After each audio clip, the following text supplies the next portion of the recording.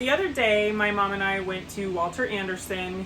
I just love Walter Anderson. They have so many things to look at and choose from. For instance, my Walter Anderson has a village with a couple of train tracks that goes around it, which is really neat. And then they also have chickens, not to mention a lot of the cool plants that they have there. And one of the cool plants that they have there that I had to bring home is this beauty right here. This is the Abutilon Tiger Eye, and it is gorgeous.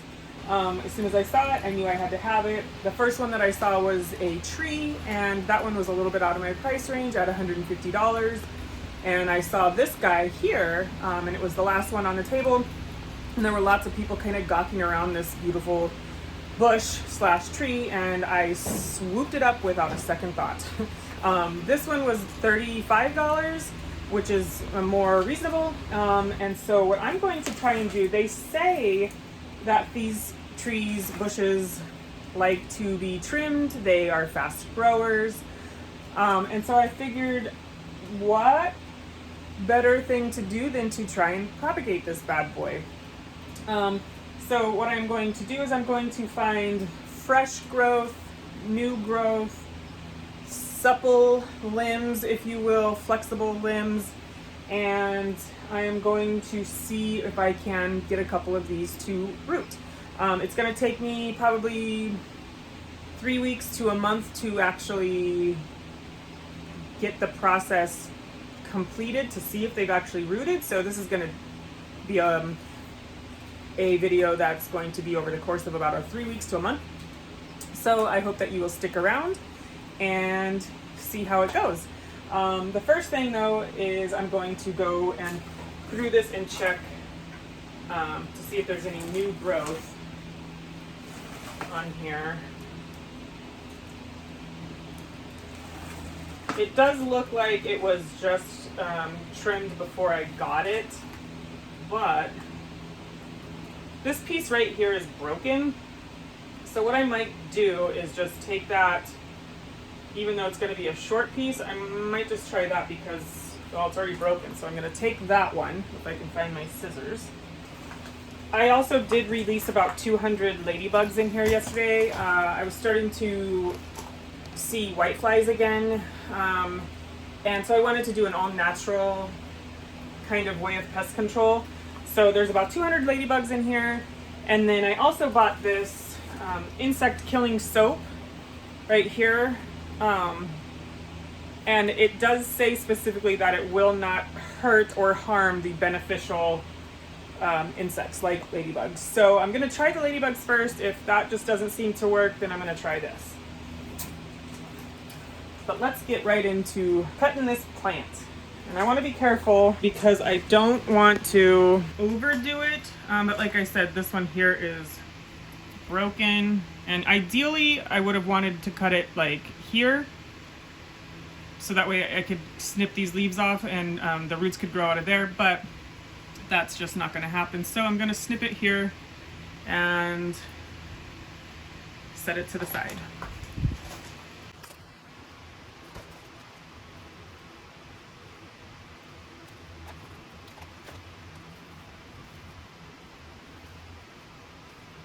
I think I'm going to try and get no more than 6 if I can find 6 without really just taking away too much from this plant.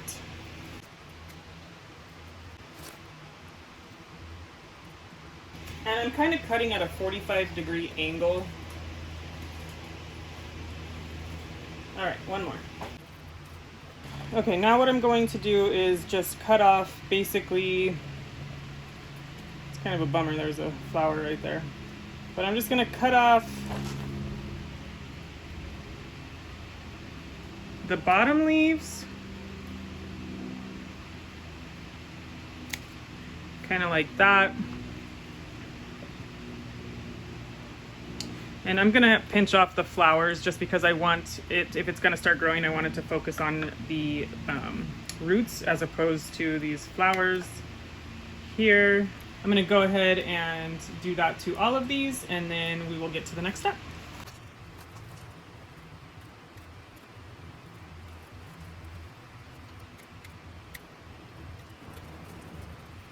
Now this is the one that was broken, so this one may not work, but I am going to cut these ones off up here and just stick it in pretty deep.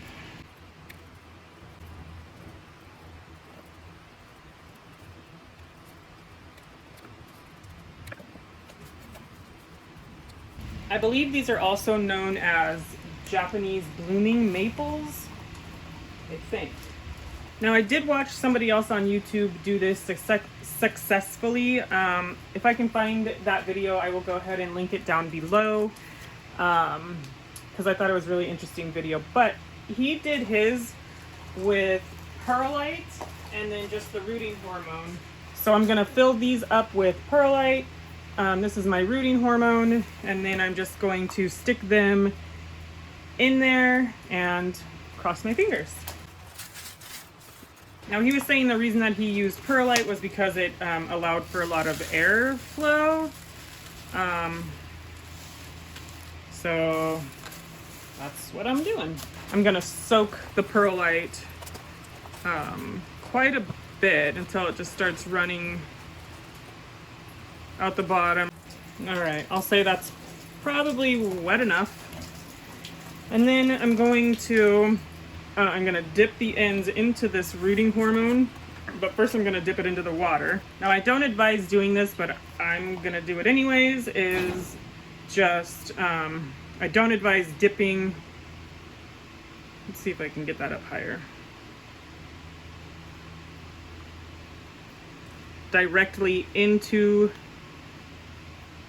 your rooting hormone, and then I am just going to,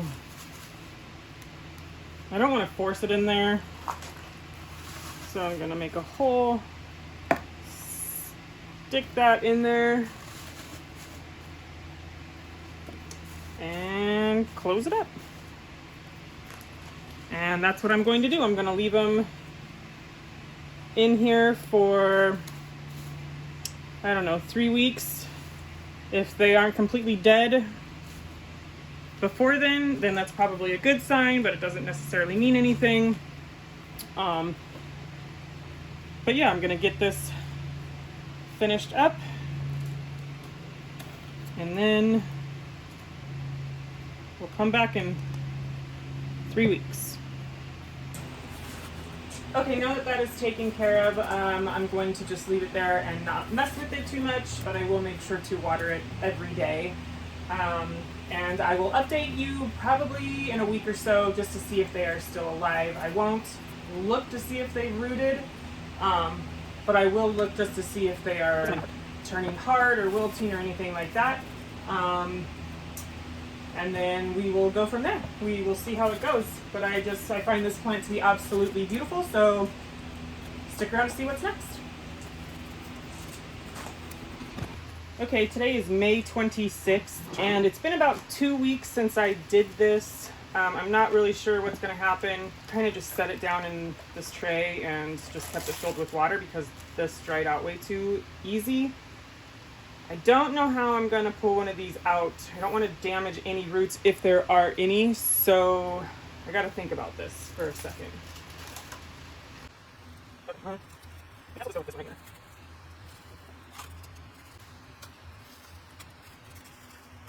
I have no idea what to expect.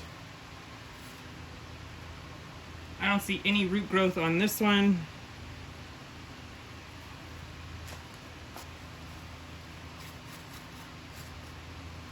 This one right here I thought for sure was going to die, but it's got a nice fresh leaf on it, so who knows.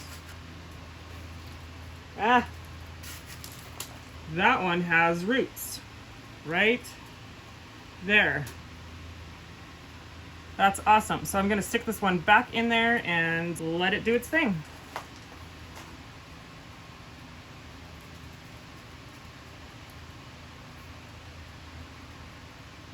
I don't think this one does. Nothing on this one yet.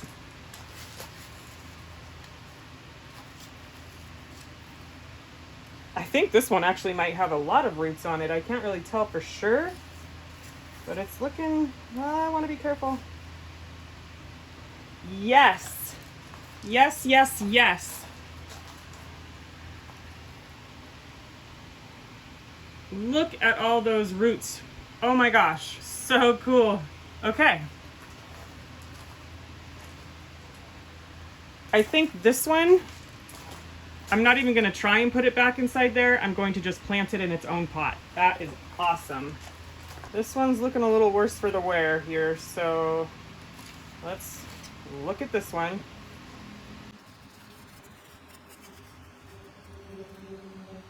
Nothing there.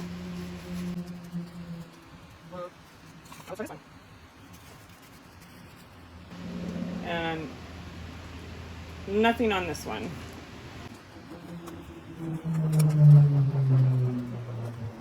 Maybe I'll add some more rooting hormone. I don't know if that's the right thing to do, but I'm doing it.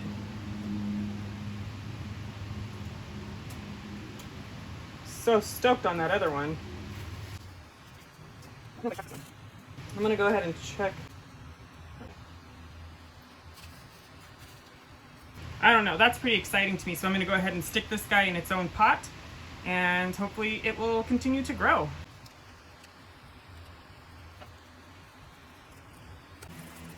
Another thing that I did is I took a plant that had shot up out of the dirt, not attached to that plant at all, and I dug around the base of it and I found that it had its own root system. So what I did is I just went ahead and dug all the dirt around there and pulled that little plant out and stuck it in dirt. So if that one is successful, which it looks like it's going to be because, well, it has its own root system and it's doing really good.